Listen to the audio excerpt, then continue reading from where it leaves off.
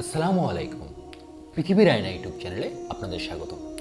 আমরা হযরত উসমান বিন আফফান রাদিয়াল্লাহু তাআলা আনহু এর জীবনে ঘটে যাওয়া কিছু সত্য ঘটনা বর্ণনা করছিলাম। আজকে এর ২৭তম পর্ব। আবু হুরায়রা রাদিয়াল্লাহু তাআলা আনহু মানুষের মাঝে বসে কিচ্ছা বর্ণনা করছিলেন।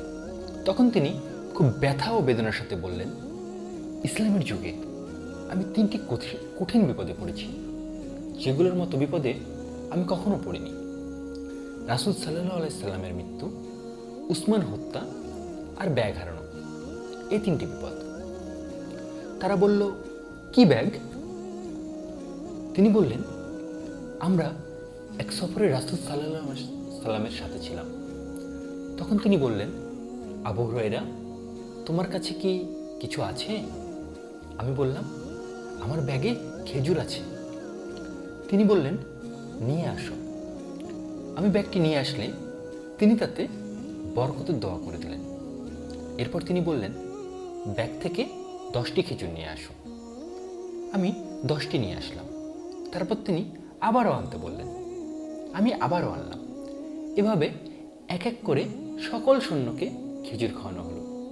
তবুও ব্যাগের খেজুর শেষ হলো না।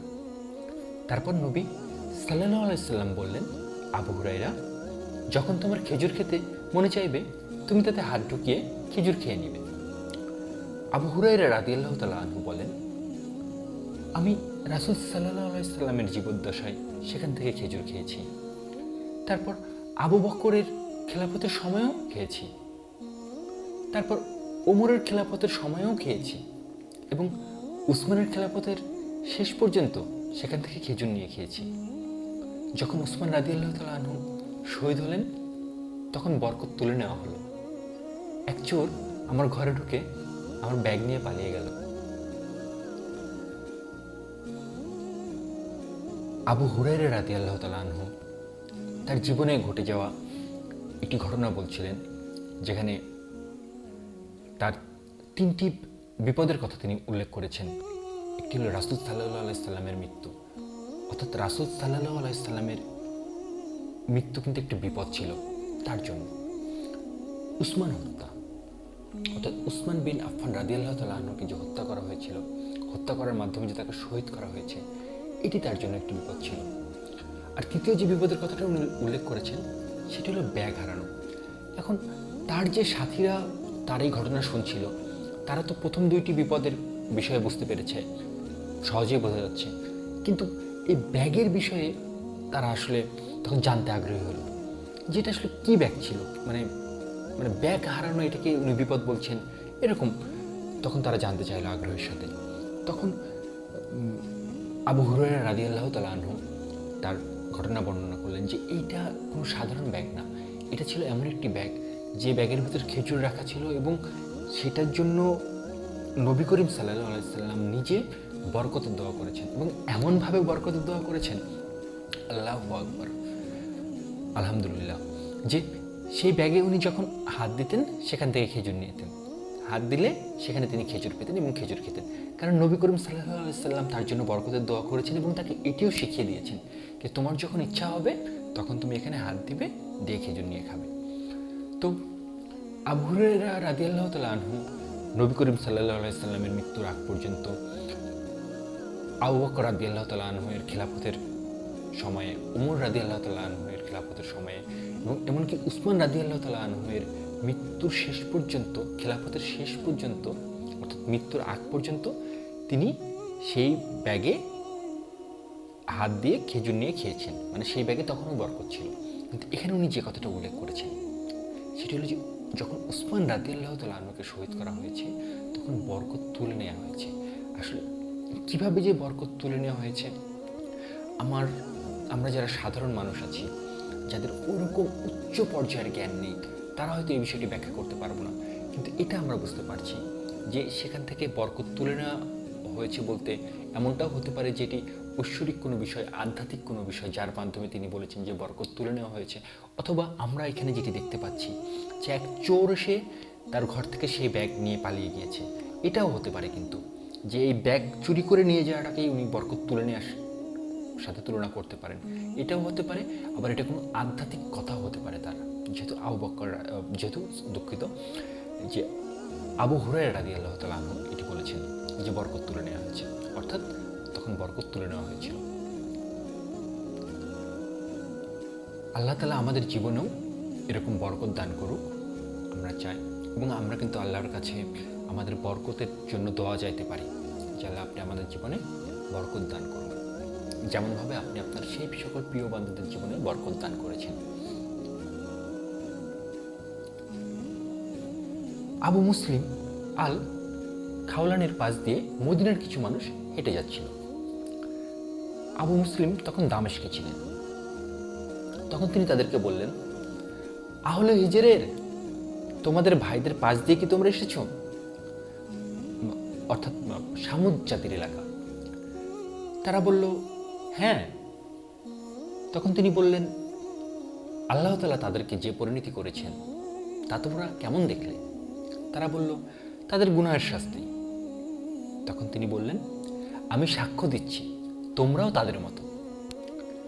এরপর মুয়াবিয়া রাদিয়াল্লাহু তাআলা আনহু তাদের কাছে আসলেন। তখন ওই শায়েখ বের হয়ে গেলেন।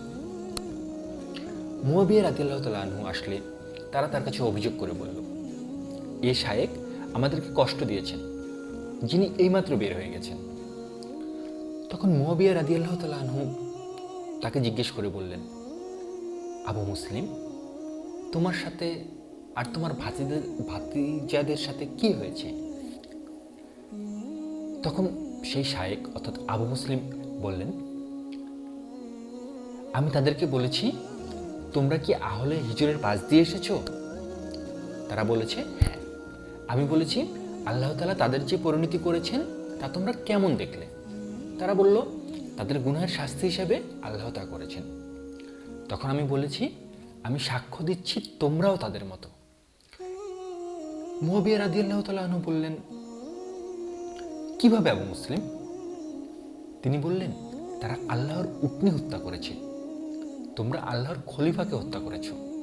আর আমি আল্লাহকে সাক্ষ্য রেখে বলছি যে আল্লাহর উটনি থেকে আল্লাহর খলিফা তার কাছে অধিক সম্মানিত। এখানে আমরা হযরত উসমান বিন আফফান রাদিয়াল্লাহু তাআলা আনহু যে কতটা সম্মানিত ছিলেন আল্লাহর কাছে, সেই ব্যাপারে আবু মুসলিম একজন শায়েখ তিনি বর্ণনা করেছেন যে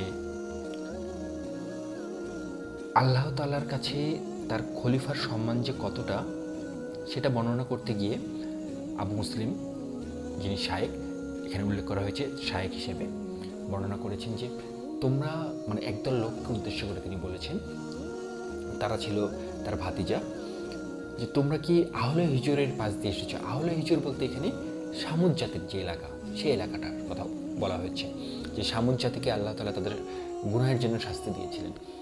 তো তারা যখন বলেছে যে হ্যাঁ, আমরা তো সেই এলাকার পাশ দিয়ে এসেছি, তো তাদেরকে আবার জিজ্ঞাসা করেছেন সেই শায়েখ যে তোমরা কি দেখলে? তখন সেই দল বলেছে আর কি যে আমরা দেখলাম তাদেরকে আল্লাহ তাদের গুনাহের শাস্তি দিয়েছেন।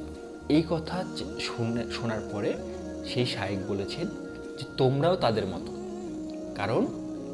কারণটা হিসেবে উনি যেটা বলেছেন যে সামুদ জাতির লোকেরা আল্লাহর প্রেরিত যে উটনি ছিল সেই উটনিকে হত্যা করেছিল, যার জন্য আল্লাহ তাদেরকে শাস্তি দিয়েছেন। আর তোমরা যেটা করেছো সেটা হলো যে তোমরা আল্লাহর খলিফাকে হত্যা করেছো, অর্থাৎ তারা সামুদ জাতি উটনিকে হত্যা করেছিল, তার ফলে আল্লাহ শাস্তি দিয়েছেন। তোমরা খলিফাকে হত্যা করেছো, এর জন্য আল্লাহ তোমাদেরকে শাস্তি দিবেন। এবং এই দুই জায়গাকে উনি এভাবে উল্লেখ করেছেন, অর্থাৎ সামুদ জাতির লোকদেরকে এবং উসমান রাদিয়াল্লাহু তাআলা আনহুকে যারা হত্যা করেছিল তাদেরকে বলেছেন তোমরা একই রকম। কারণ আল্লাহর উটনির থেকেও আল্লাহর খলিফা আল্লাহর কাছে অনেক বেশি সম্মানিত। অর্থাৎ আমরা সহজেই বুঝতে পারছি যে উসমান বিন আফফান রাদিয়াল্লাহু তাআলা আনহুকে যারা অন্যায়ভাবে হত্যা করেছেন তারা গুনাহগার ছিলেন, তারা ভালো কোনো কাজ করেননি। কারণ উসমান বিন আফফান রাদিয়াল্লাহু তাআলা আনহু উনি এমন একজন ব্যক্তি ছিলেন, এমন একজন সাহাবী ছিলেন, এমন একজন খলিফা ছিলেন যাকে আল্লাহ জীবদ্দশায় বলেছেন যে সে জান্নাতি।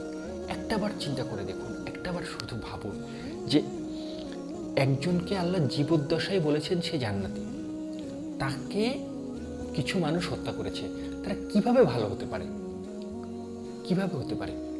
এবং নবী করিম সাল্লাল্লাহু আলাইহি সাল্লাম তার জীবদ্দশায় উসমান বিন আফফান রাদিয়াল্লাহু তাআলা আনহুকে বলে গিয়েছেন যে উনি শহীদ। এরকম একজন মানুষকে, এরকম সম্মানিত একজন সাহাবীকে যারা হত্যা করেছে, তারা কখনোই মানে এটা বলতে পারে না যে তারা এটা ভালো কাজ করেছে। এটা অবশ্যই একটা খারাপ কাজ ছিল, এবং তারা ভুলভাবে, মানে তাদের ভুল ধারণার থেকে তারা এই কাজটি করেছেন, এবং এটি নিঃসন্দেহে একটি গুনাহের কাজ ছিল।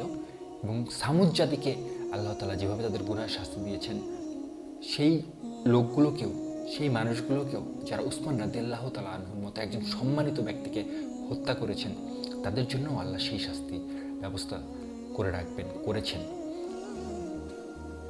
এমনটাই আমরা এই ঘটনার ভিতর জানতে পারছি। করেছেন আমি এই অর্থে বলছি যে সেই লোকগুলোর প্রত্যেকের সাথে কি হয়েছে সেটি কিন্তু আমি আসলে জানি না, যে যারা ছিল সবার সাথে কি হয়েছে এটা আমি জানি না। তবে এটুকু বলতে পারি নিশ্চিতভাবে যে যেহেতু তারা গুনাহের কাজ করেছে, তারা আল্লাহর খলিফাকে হত্যা করেছেন, এবং আল্লাহর প্রেরিত একটা উটনীকে হত্যা করার জন্য যদি আল্লাহ সামুদ জাতিকে শাস্তি দিয়ে থাকেন, তাহলে অবশ্যই আল্লাহর খলিফাকে যারা হত্যা করেছেন আল্লাহ তাদেরকে শাস্তি দিবেন, তারা গুনাহের কাজ করেছেন। আমার হয়তো জানা নেই, কিন্তু ভালো করে যারা জানেন, অনেক বেশি যারা জ্ঞান রাখেন, তারা হয়তো বলতে পারবে যে তাদের প্রত্যেকের ব্যাপারে আল্লাহ কী সিদ্ধান্ত নিয়েছিল। আমরা আমাদের পূর্ববর্তী একটি এপিসোডে আমরা জেনেছিলাম, মানে পূর্ববর্তী আমরা যে উসমান রাদিয়াল্লাহু তাআলা আনহুর ঘটনা সম্মিলিত যে ভিডিও আপলোড দিয়েছিলাম, সেখানে আমরা জেনেছিলাম যে একজন ব্যক্তি সম্পর্কে যিনি উসমান রাদিয়াল্লাহু তাআলা আনহুর হত্যার সাথে জড়িত ছিল, যে তার সাথে আল্লাহ কী ব্যবহার করেছেন। সেই লোক উসমান রাদিয়াল্লাহু তাআলা আনহুকে হত্যার সাথে জড়িত ছিল, তিনি হত্যা করার জন্য অগ্রগামী ছিলেন। তখন উসমান রাদিয়াল্লাহু তাআলা আনহু তার জন্য যে দোয়া করেছিলেন যে আল্লাহ যেন তার চোখ অন্ধ করে দেয়, আল্লাহ যেন তার হাত পা অবশ করে দেয়। তো আমরা কিন্তু পরবর্তীতে ঘটনার মাধ্যমে জানতে পেরেছি যে সেই ব্যক্তির হাত পা কাটা হয়েছিল, চোখ অন্ধ করে দেওয়া হয়েছিল। অর্থাৎ আমরা দৃঢ়ভাবে এই জন্য বলতে পারি যে উসমান রাদিয়াল্লাহু তাআলা আনহুকে যারা হত্যা করেছেন তারা অবশ্যই শাস্তিযোগ্য। এবং আমরা চাই আল্লাহ যেহেতু একজন ন্যায় বিচারক, তিনি অবশ্যই এই ব্যাপারে সঠিক বিচার করবেন এবং তাদেরকে দুনিয়াতে এবং আখিরাতে শাস্তির মুখোমুখি করবেন। আজকের মতো ঘটনা এই পর্যন্তই। এরকম আরও ঘটনা জানার জন্য এবং শোনার জন্য আমাদের সাথেই থাকুন।